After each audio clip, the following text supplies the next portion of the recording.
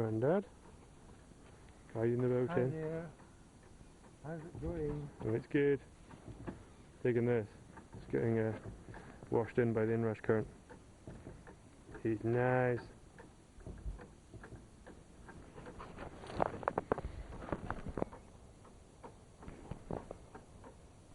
Hey, land ahoy! The beach! Did we make it all the way to the beach? So. Grounding.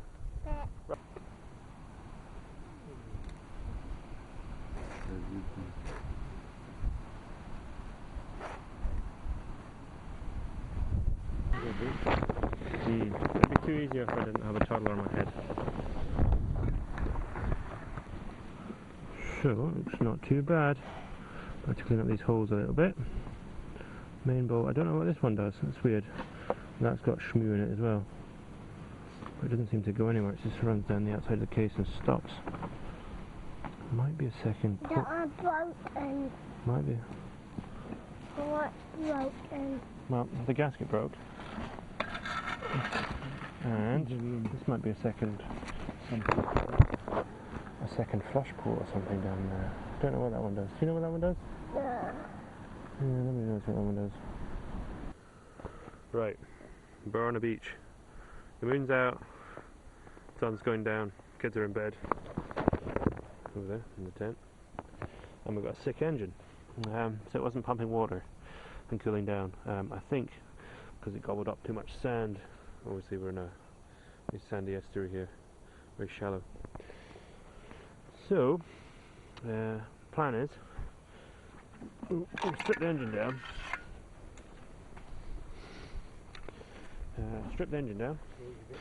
To try and figure out what was wrong. So I made a new gasket here between the engine and the midsection. I think the problem is probably in here, sand blockage. But I tried taking off 1, 2, 3, 4 nuts, all of which sheared, and now I'm worried if I take off any more, I'm going to struggle to get it all back together again and get it watertight enough to get us home. So I'm going to leave that just now. Hopefully, what I've done is opened up the flush port here, which was full of crud, like completely full right to here with aluminium oxide and salt and stuff, so it wasn't clear. So now with that flush port clear, hopefully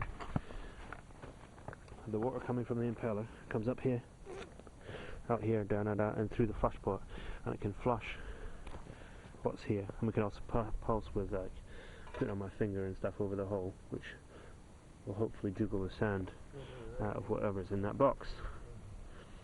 That's the plan. I'm kind of a lot to learn about outboards, but as it stands, this is plan A of 6. Plan B is use the spare petrol fuel primer pump to force salt water in reverse back down through this box and try and flush it, and obviously we could even travel, it's only half an hour to where the trailer is. We just keep the engine from boiling. Plan C is go with a Seagull engine, the auxiliary. It's a bit small, we've got a fair headwind, but it's due to drop, so that might be an option tomorrow. Also improvements of this pipe was the one that take the water from the fuel pump, water pump up to the engine. It was really sloppy, so I put a bit of tape in there. Well, I taped this and it seemed to have stuck, so now that's about, yeah, a lot better seal here. So we get loss here, less loss here, get better pressure up to this box. It's likely to leak here. I'm not too worried about that because it should drain free. Yeah, so basically we're just reassembling and giving it a go, see what happens, and hopefully they'll be able to flush out the sand and should be good as new. And I hope to buy some new stainless steel nuts on eBay when I get home, because these ones are knackered. They're not exactly the same shape they're meant to be. But yeah, Robinson Crusoe type, buzzy, Michon, but absolutely beautiful and What is it? The mission of life. I'm still young. I can enjoy this kind of thing. See it back here. So another emergency boat repair. This one's lost its mast now. And this one doesn't have an auxiliary engine. It looks like maybe it was stood on by somebody. Maybe? No, it was too windy last. Ah, it was so windy it got caught in a storm and it snapped its mast off. Ooh. Right, let's see if we can jury rig it. So I think we need to get the sail off. It was so windy last night, the sail broke. Oh. I think we need to try and tighten this up somehow. Just tight with wound. Just tie it around and put it back through and tie it up. That's what it does. Oh, that's another one. It still floats.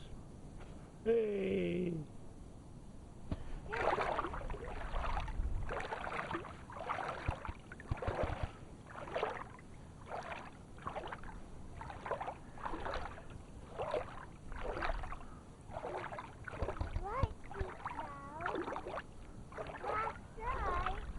It's going quite fast.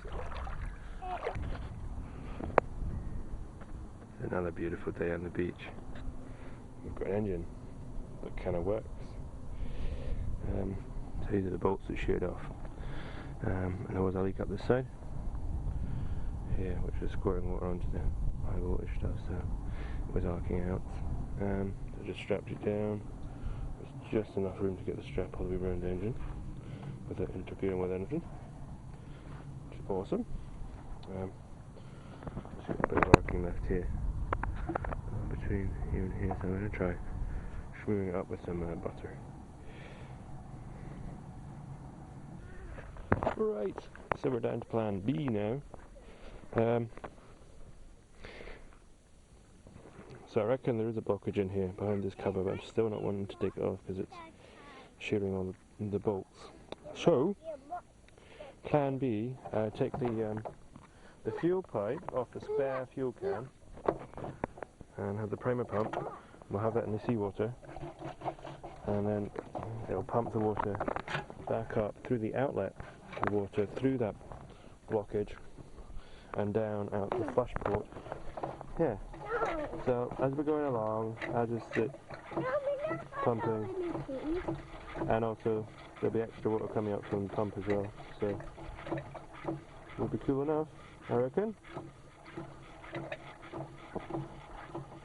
So it seems to be okay until it heats up. And then what I think is having one of the tubes, I'm guessing there's tubes in here, one of them is blocked, which is producing steam, because there's not a few flow which is overcoming the pressure from the pump, which means it's not pumping up through, and then the rest of the tubes get hotter and hotter.